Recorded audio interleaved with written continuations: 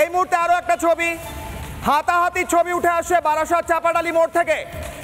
বিজেপির মিছিল চলছিল, শুভেন্দু অধিকারীর মিছিল চলছিল কন্যা সুরক্ষা যাত্রায়, সেখানে হাতাহাতির পরিস্থিতি, তৃণমূল কর্মীরা চড়াও হয় বলে অভিযোগ উঠে আসছে, তৃণমূলের পতাকা নিয়ে চড়াও হওয়ার অভিযোগ উঠে আসছে, বিজেপিও পাল্টা হাতাহাতি করে বলে অভিযোগ, পুলিশ দুই পক্ষকে আলাদা করে। এই মুহূর্তে কিশোর অগ্নিবাণের সেই ছবি ফার্স্ট অন।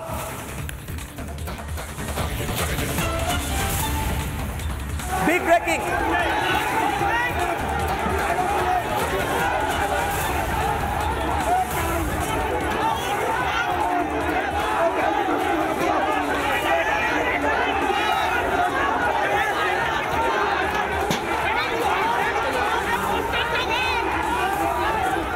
গতকাল বিরোধী দলনেতার ওপর হামলা, আজকে আবারও মিছিলে চড়াও হওয়ার অভিযোগ।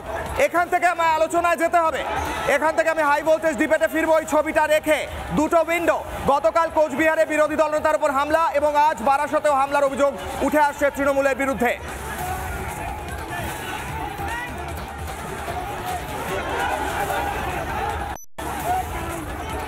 এখান থেকে আমার আজকের প্রশ্ন, প্রথম অগ্নিবাণ, প্রথম যে প্রশ্ন আমি করছি আজকে কিশোর অগ্নিবাণে, আজকে আমার প্রথম অগ্নিবাণ।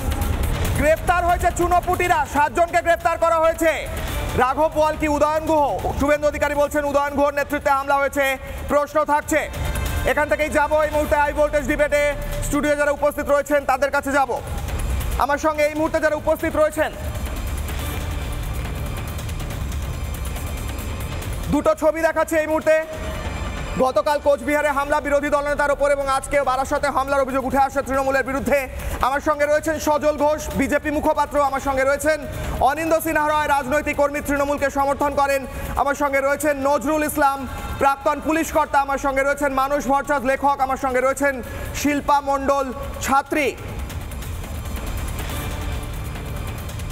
প্রথমেই আমি যাব নজরুল ইসলাম বাবুর কাছে। নজরুল ইসলাম, আমার প্রশ্ন, আজকে মমতা বন্দ্যোপাধ্যায় বললেন, এই দুটো ছবি আমি দেখাচ্ছি একদিকে, মমতা বন্দ্যোপাধ্যায় আজকে স্পষ্ট বললেন সভা মঞ্চ থেকে। আচ্ছা, মমতা বন্দ্যোপাধ্যায় কি বললেন একবার শুনে নি, তাহলে আলোচনা করতে সুবিধা হবে।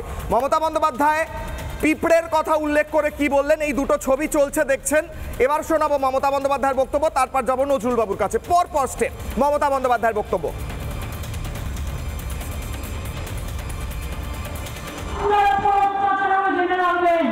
মানুষের নাম জেনুইন ভোটারের নাম বাদ গেলে আমি কিন্তু সারা বিশ্ব ঘুরে বেড়াবো এবং তোমাদের মুখোশ সারা পৃথিবীর মানুষের কাছে টেনে ফেলবো।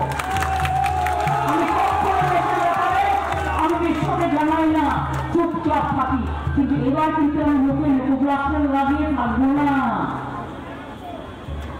আমাদের মাটির ওপর অত্যাচার হলে, ভাষার ওপর অত্যাচার হলে আমি বিশ্ব বাংলা সারা বিশ্বকে জানাবো এই সরকার কিভাবে মানুষের উপর অত্যাচার করছে। গুলি চালিয়েছে, ওদের গুলির সাথে লড়াই করে বেঁচে আছি, পা থেকে মাথা পর্যন্ত মেরে ফাটিয়ে দিয়েছে। যেই লড়াই করে আমি বাঁচতে পারি, তোদের তো যে পিঁপড়ের মতো ওড়াবো, পিঁপড়ের মতো। নানা ধরনের কন্টেন্ট দেখার জন্য লাইক করুন, শেয়ার করুন আমাদের ফেসবুক পেজ, সাবস্ক্রাইব করুন আমাদের ইউটিউব চ্যানেল। পাশাপাশি অন্যান্য ব্রেকিং নিউজের জন্য অবশ্যই চোখ রাখুন রিপাবলিক বাংলায়।